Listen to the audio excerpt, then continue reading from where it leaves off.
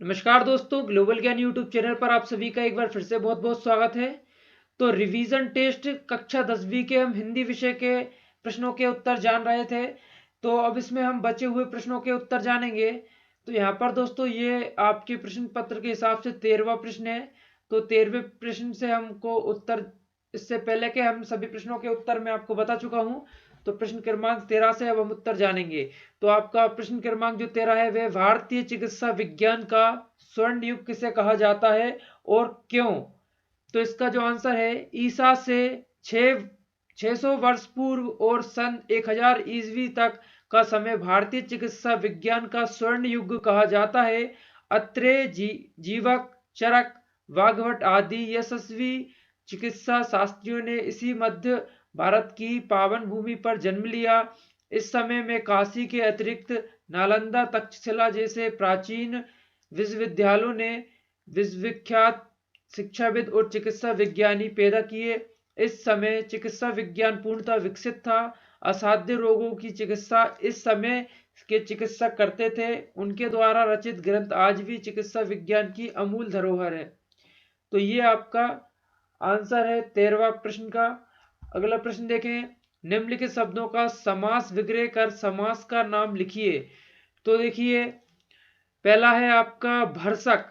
तो इसका आपका आएगा शक्ति भर, शक्ति भर, अव्ययीभाव समास। ठीक है। तो इसके बाद है आपका वाल लीला। इसका आपका आएगा बालक की लीला, जो कि है आपका तत्पुरुष समास।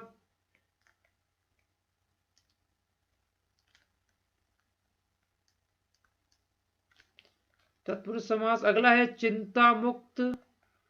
तो चिंता से मुक्त इसका आएगा।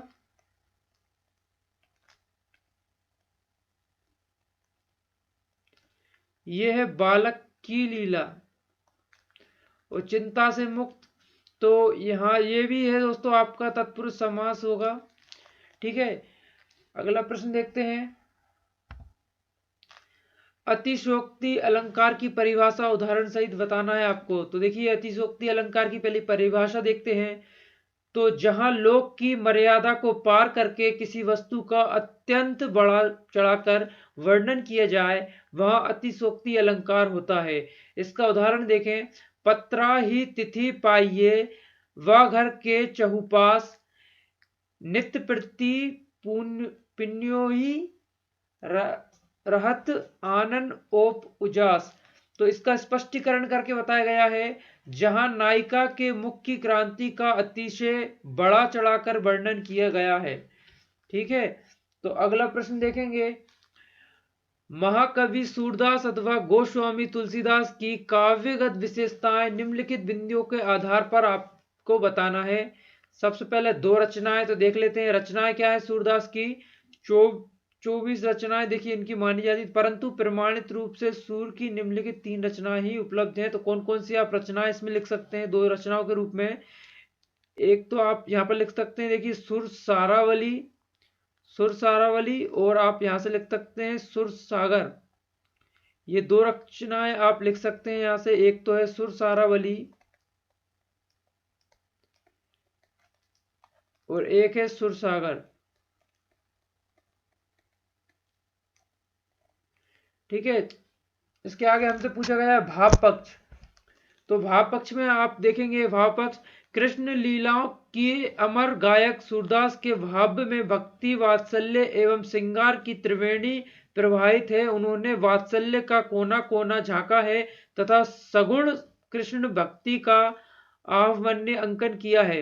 विनय, माधुर्य एवं साख्य भाव को भाव का मिश्रण सुर के काव्य में है। कृष्ण के प्रेम में लील गोपियों की संयोग काल की उमन्यता तथा वियोग की मार्मिक वेदना इनके काव्य में साकार हो उठी है। देखिए, अब अगर कला पक्ष की बात करें तो सूरदास ने सुललित एवं माधुर्यमय ब्रजभाषा में काव्य रचना की है। इसकी भाषा में सरलता, तरलता, सरसता, मधुरता एवं स्वाभाविकता के सर्वत्र दर्शन होते हैं। अगला है साहित्य में स्थान इनका देखें तो सूरदास भक्ति काल की कृष्ण भक्ति धारा के प्रतिनिधि कवि हैं। वे वात्सल्य एवं श्रृंगार रस के आचार्य हैं। उन्होंने काव्य में सभी रसों पर का पारिपाक हुआ है।